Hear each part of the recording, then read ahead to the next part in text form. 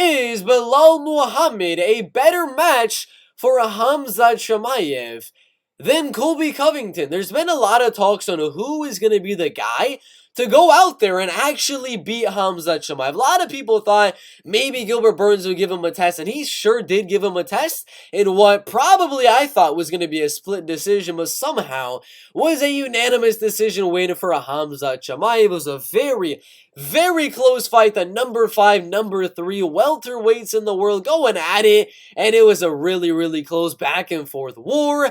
Now, after that fight, you look at other guys that you think might be able to challenge Khamzat Chimaev. You think Leon Edwards maybe. Personally, I think Khamzat wins that fight. You look at guys like Kamaru Usman, which is a very tough task, and you look at guys like Colby Covington and maybe even a Belal Muhammad, and you start to think, who's a harder matchup, Colby, Kamaru, or a guy like Belal Muhammad? Because Belal Muhammad is going out there talking on Twitter, talking on Instagram, saying he is the guy that is going to be able to beat Khamzat Chimaev. He thinks that he is the most likely guy to beat Khamzat Chimaev, and going out there outstriking Sean Brady in their fight, showing very good takedown defense and wrestling and grappling. It's not out of the question that Belal Muhammad could go out there and beat the man that is, I don't know what just happened there, the man that is Khamzat Chimaev inside of the UFC.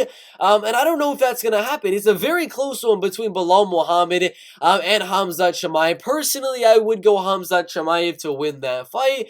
But what do y'all think? Khamzat Chimaev or Belal Muhammad inside of the welterweight division, the number 4 and number 3 fighters inside of the UFC. Do you think that fight should be made in the first place? Because a lot of people are saying, just do Khamzat versus Colby. Just do Khamzat versus Colby.